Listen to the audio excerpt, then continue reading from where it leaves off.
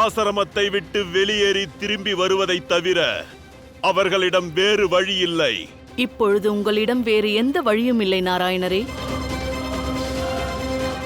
உங்களது தோல்வியை ஏற்றுக்கொள்ளுங்கள், திரும்பிச் சென்று விடுங்கள்.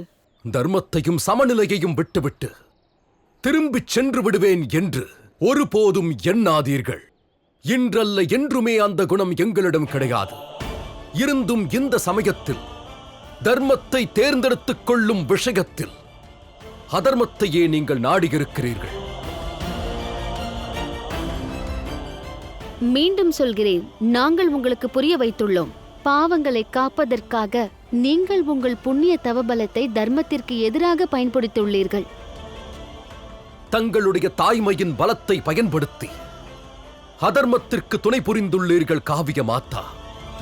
நான் இவ்வளவு பாவம் செய்திருக்கிறேன் என்றால் லக்ஷ்மி நாராயணர் என் முன்னால் எதற்காக நிற்கிறார்? உங்கள் சுதர்சன சக்கரத்தை எடுங்கள். உங்கள் தர்மத்தின் பாதையிலிருந்து என்னை நீக்கிவிடுங்கள். என் தாய்மை என்ன சொல்கிறதோ அதைதான் நான் செய்திருக்கிறேன். இந்த உலகம் வேண்டுமென்றால் அதர்மம் என்று சொல்லட்டும், அநியாயம் என்றும் சொல்லட்டும். எது உஜிதம் என்று தோன்றுகிறதோ அதையே தாங்கள் செய்யுங்கள். உங்கள் சுதர்சன சக்கரத்தை எடுங்கள்.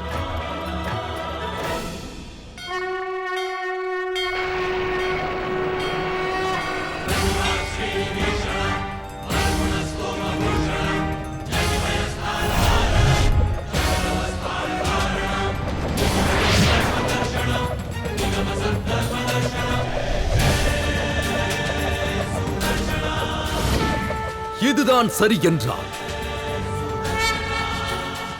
பாவத்தை அழிப்பதற்காக, அதர்மத்தை அழிப்பதற்காக, தர்மத்திற்காக நடக்கும் இந்த யாகத்தில் தங்களையே அர்ப்பணித்துக் கொள்ள தயாராக இருங்கள்.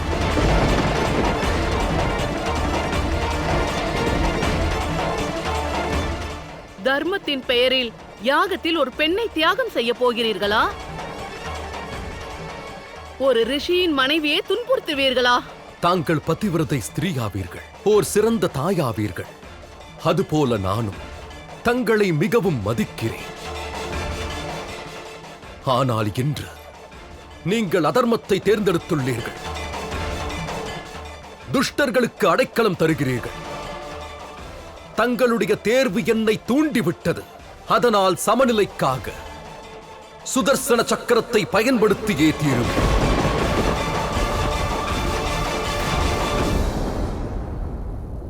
இருந்தாலும் இறுதி வாய்ப்பு அனைவருக்கும் தரப்பட வேண்டும்.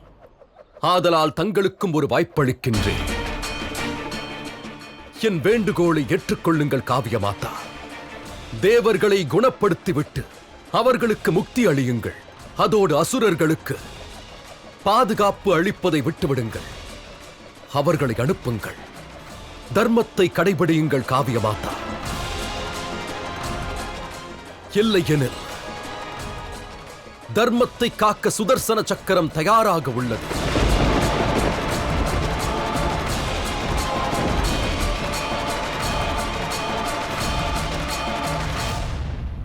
என்ன ஆயிற்று குருதேவா? உங்கள் முகத்தில் கவலை தெரிகிறதே. நீங்கள் தானே கூறினீர்கள், காவிய தாயின் தவ வலிமைக்கு முன்னால் லக்ஷ்மி நாராயணனின் பாசம் நிலைக்காது என்றீர்களே. ஆம், அவர்களது தவ வலிமைக்கு முன்னால் லக்ஷ்மி நாராயணரின் வளையம் தோற்று போனது. அதே போன்று அவரது சுதர்சன சக்கரமும் தோற்றுத்தான் போகும்.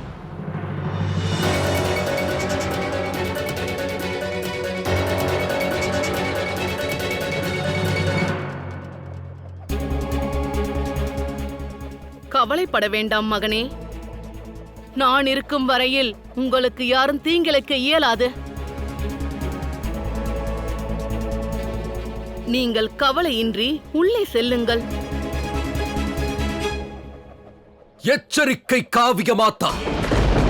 எந்த தவபலம் பத்தினி தர்மம் மற்றும் தாய் பாசத்திற்கு கௌரவம் அளிக்கின்றதோ அவை அனைத்தும் அதர்மத்தை காக்கும் போதே முழுவதுமாக அழிந்து விடுகிறது. இப்போது அவற்றாலும் தங்களை பாதுகாக்க முடியாது.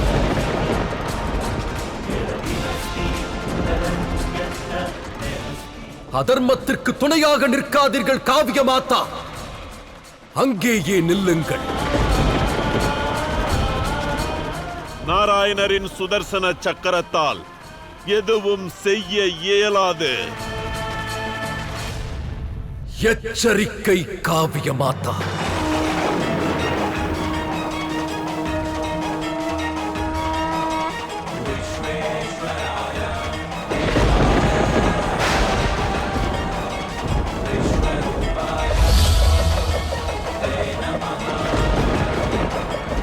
சுவாமி!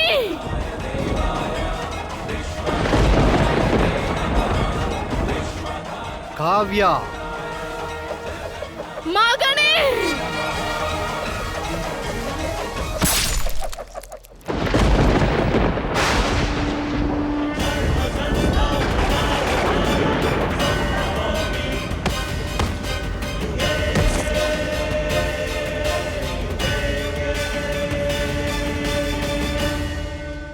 தாயே!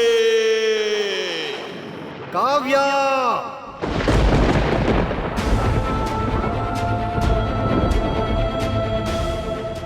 தங்களுக்கு எச்சரிக்கை அளித்தேன், தங்களை தடுத்தேன். நான் உங்களை தாக்க எண்ணவில்லை காவிய மாதா. ஆனால் தங்கள் பாவத்திலிருந்து, செய்யவிருக்கும் தவறிலிருந்து முக்தி அளிக்க வேண்டியிருந்தது. இதுவே தர்மத்தின் நியதியாகும்.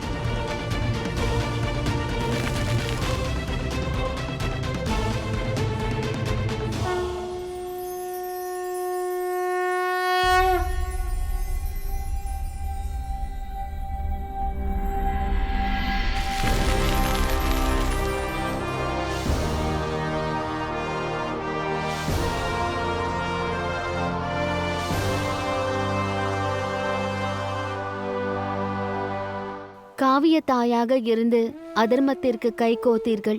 இன்று நீங்கள் வீழ்த்தப்பட்டீர்கள் தாயே. உங்களை போற்றுகிறேன். காவிய தாயின் மகா தவ வலிமையானது நிலைத்திருக்கும், என்றும் அமரத்துவம் பட்டிருக்கும்.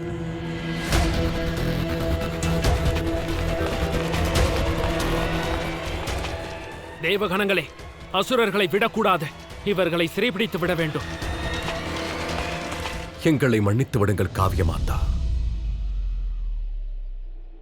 நாம் சென்றாக வேண்டும் தேவி. நாம் சென்று அசுரர்களை தண்டித்தாக வேண்டும். அதோடு இவர்கள் மகன் சுக்கிராச்சாரியாரையும் விடுவிக்க வேண்டும். இவர்களின் அந்திம கிரியை நடக்க வேண்டும். மகனை தடுப்பது அதர்மமாகும்.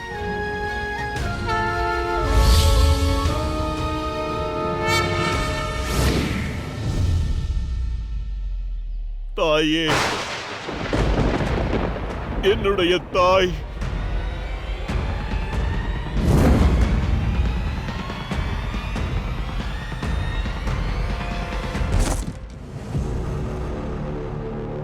யாருக்கு இந்த தைரியம் வந்தது? நான் கேள்வி கேட்டேன். யாருக்கு இந்த தைரியம் வந்தது? பிருகுவின் மனைவியின் தலையை வெட்டக்கூடிய அளவுக்கு இங்கு யாருக்கு தைரியம் வந்துவிட்டது? அவர் ஒருவர்தான். அவர் சமநிலை என்று பேசிக்கொண்டு நியாயத்தை காப்பதாக கூறி அநீதி செய்கிறார். நாராயணரே,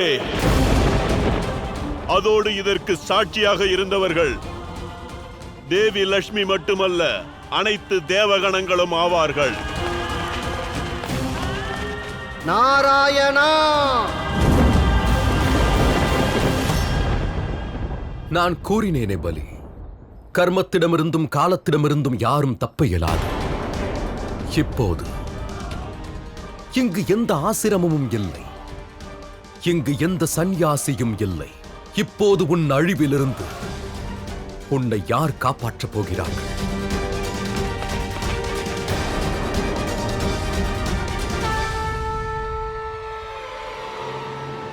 நாராயணரே,